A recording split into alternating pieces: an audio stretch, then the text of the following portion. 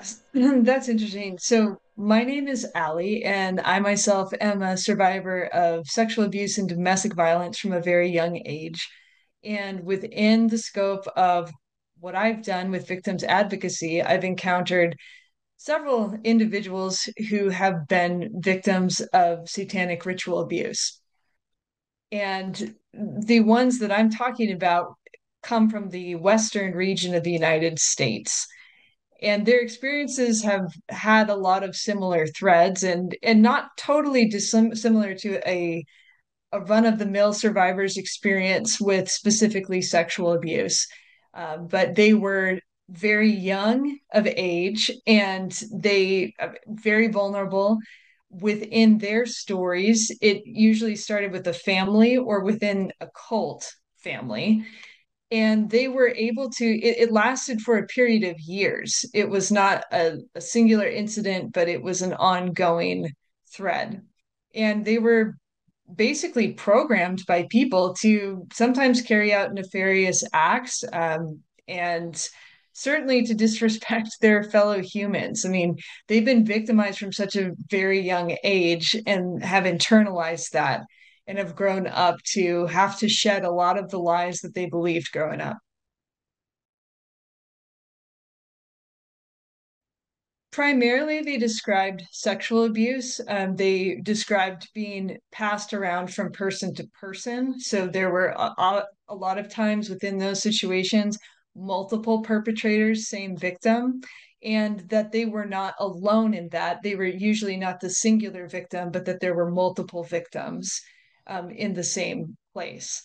Also, it was something that was known within the community, or at least within certainly the cult or the community. People knew what was going on. So it was not something that was done primarily in secret. It was not just between two people, right? It was within the context of a community. Yes, in one such case that I'm thinking of in particular, it was sort of the status of the parents that was at stake within the cult community.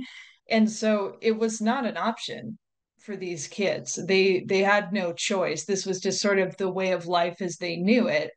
And in order for the parents to maintain some sort of status within that community, they had to be subjected to it. And it was just they had no choice in the matter. There was no debate or arguing it. It was just the culture, and the culture was so steeped in it that there was no way of breaking free, especially at such a young age. So one, without going into like highly specific details, one was on essentially a commune, if you're familiar with that term, just sort of like a place where multiple families live and reside.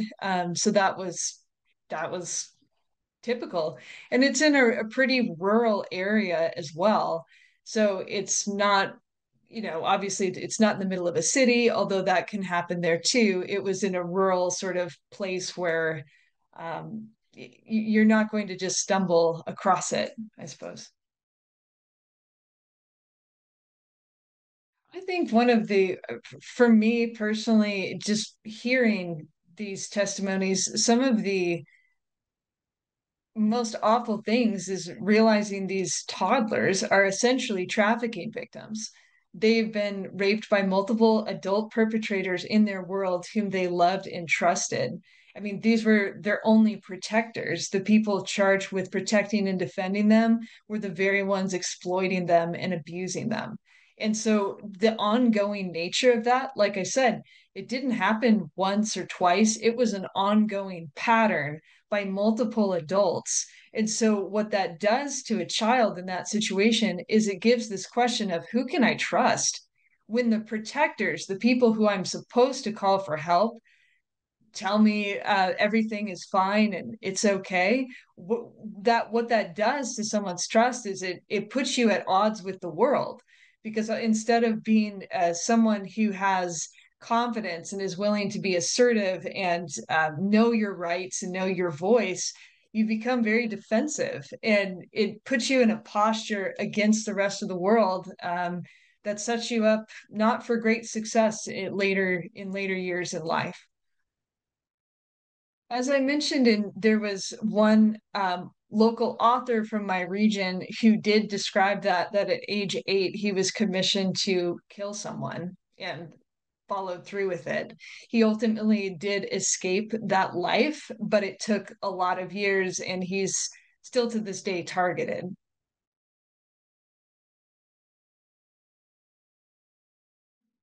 I would say those survivors are some of the bravest people I've ever met, because it's difficult for any survivor to come forward. I think it's particularly difficult when someone who's experienced satanic ritual abuse comes forward because of the fear of retribution, and the very not just fear of retribution, but the very real retribution that they may experience for doing so. But for all survivors out there, regardless if you've been specifically a survivor of SRA or domestic violence or sexual abuse or emotional abuse, it's very important to tell your story and break the silence. Because the one thing that these perpetrators are most terrified of is the truth. And so if you keep wielding that sort of truth and keep engaging in the truth in your own story, you will see so much more healing. You will feel more integrated and whole. You no longer have to keep anyone's secrets. And so for that, your life is worth living. I've had women in their 60s tell me that they survived sexual abuse from age 10, and they've for decades, for 5 decades, kept that a secret. But the moment that they tell someone for the very first time, you see 1,000 pounds lift off their shoulders. And so you can have freedom today.